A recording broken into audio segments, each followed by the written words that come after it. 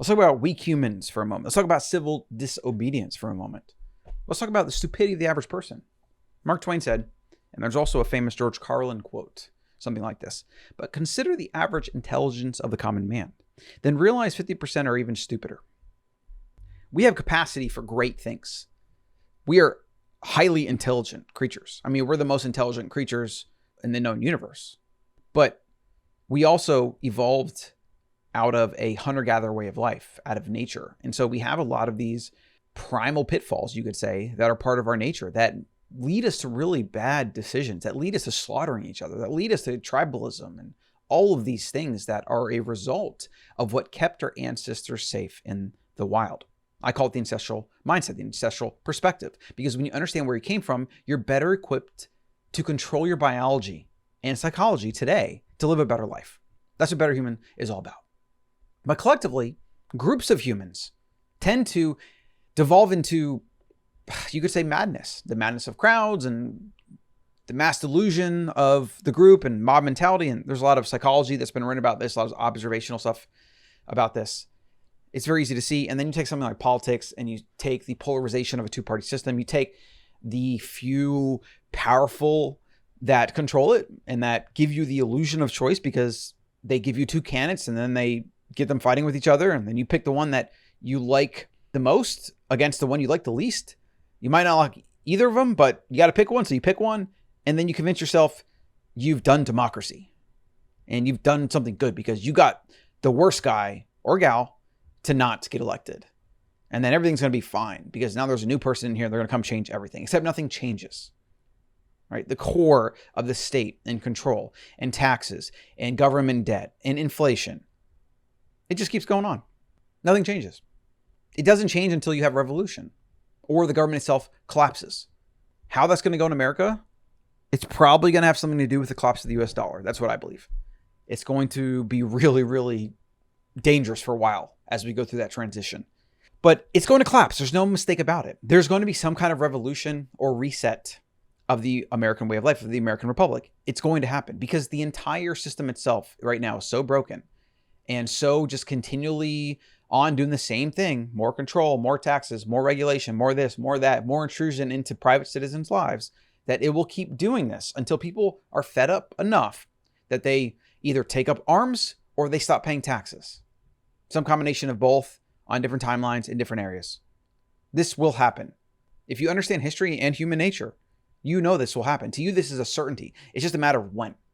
Now, I will say that I have hope that it will be a peaceful revolution. I have a hope that we will stop debasing the currency because the government won't be able to print money anymore because people will use Bitcoin. And they will realize that your money must be something that cannot be manipulated. And then when the world wakes up to that, everything can change. Government can shrink. Governments have to balance their budget. They can't just keep printing fake money and stealing from the average person, which is what they do. They still do this to this day. They've been doing it for hundreds of years. That's why the dollar has lost 95% of its purchasing power. I think 97%. The pound has lost 99% of its purchasing power because what they do is they keep making more of it. And then the average person that earns the pound or that earns the dollar and that saves the pound or the dollar, they are stolen from. It's the most blatant theft and the most immoral and destructive thing that goes on in broad daylight, of which most people have no awareness. And even if you try to explain it to them, it's a strange thing where it takes a lot of understanding of history and economics and money. And it's really hard to get to that place where you realize how bad inflation is. And so people like me, we talk about it. We want people to protect themselves and whatever. And even with rising energy costs, even with rising gas prices and grocery prices, which every American right now is facing, even then people still don't really get what inflation is and how destructive it is. It's quite literally insane. It's the insanity of modern humanity and the state and how we've gotten to this place in history where these things are just normal. So let's talk about unjust laws and the state and government. Here are a few quotes here. One has a moral responsibility to disobey unjust laws. Martin Luther King. Protest beyond the law is not a departure from democracy. It is absolutely essential to it. Howard Zinn. What's so interesting about the Democratic Party and how they've been able to brainwash so many minorities in this country is that the Democratic Party founded the KKK. The Democratic Party fought to keep Jim Crow laws and all this crap, fought to keep slavery.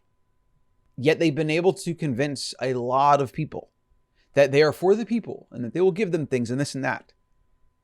But can you imagine going back to the time when Martin Luther King was doing his thing and telling them the answer to all your problems is more state control? You're like, what? Like, there's literally laws here that have been oppressing us and making our lives miserable. And you're telling me that we need more laws, more regulations, more state? What the hell are you talking about? That's what the Democratic Party's been able to do. They've been able to convince people that you need more government, more state. You give more power into the hands of a few, and then they're going to take care of you. They're going to do what's right. Yet every example in the history of the world is contrary to that belief. How much data can you freaking ignore? If you think more state, more laws, more regulations is the answer, holy shit. We can't even really communicate because we're not even in the same realm of reality. You're living in La La Land, and I'm here talking about cold, hard facts and history. It's no wonder that politics is so ineffective and why it's become a two-party system and nothing gets done. And I mean, we're literally not even talking about the same things.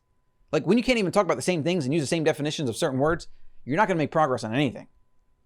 Which is why we have what we have. No surprise. Aristotle wrote, "It is not always the same thing to be a good man and a good citizen." There used to be laws where it was okay to discriminate against people for the color of their skin or their sexual orientation or whatever. That used to be legal. You couldn't go on certain areas, or you couldn't go on a certain bus or use a certain water fountain. There was curfews in a lot of states and cities. There were curfews if you were black. You weren't able to stay out past like 9 p.m. and crap like that.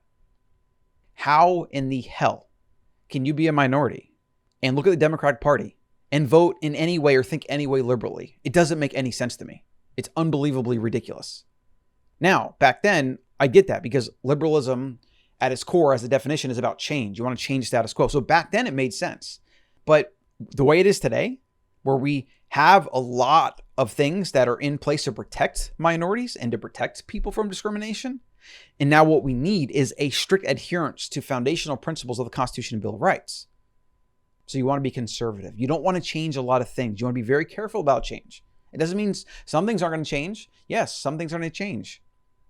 But generally, overall, the overarching theme is to create more laws and regulations, not less. More government involvement in everyday citizens' lives, not less. There is no repelling of laws and regulations. It just doesn't happen. It's mostly just more. And when you do that over time, if you just understand math, 1 + 1 + 1 + 1 + 1 + 1 + 1, plus keep adding to that number, the number goes up. More laws, more regulations, more control. Eventually, we will all be repressed. Eventually, we will all be criminals. It's just a mathematical certainty. And our founding fathers knew this, which is why they really wanted a separation of powers, which is why they wanted a constitutional republic that had certain foundational principles that protected all men and women, of course, like different times. And so we've had to maybe update some of the definitions here. But we're pretty damn close to what is probably the most foundational way to operate humans in a government-based system. Now, there's going to be new future ways to do that, but it still must be centered around private property. That's the foundation of everything. And America's been able to protect personal property mostly at a high level. Not perfect by any means, but we've done pretty well at that. And that's why we've had so much prosperity. Private property, it's the foundation of everything. I don't violate what you do and what you want to do, your property, whatever. You can talk to who you want. You can say what you want. You have the right to your body. I can't steal from you. I can't murder you, etc. This is the foundation of creating wealth. When you create wealth as a human, you create prosperity for others. You make the world a better place. This idea that wealth is bad is so bizarre to me. It's literally a better standard of living for everybody. It's literally less babies dying at the hospital. It's literally more medical technology, safer roads, cars, airplanes, technology, etc. It makes everyone better.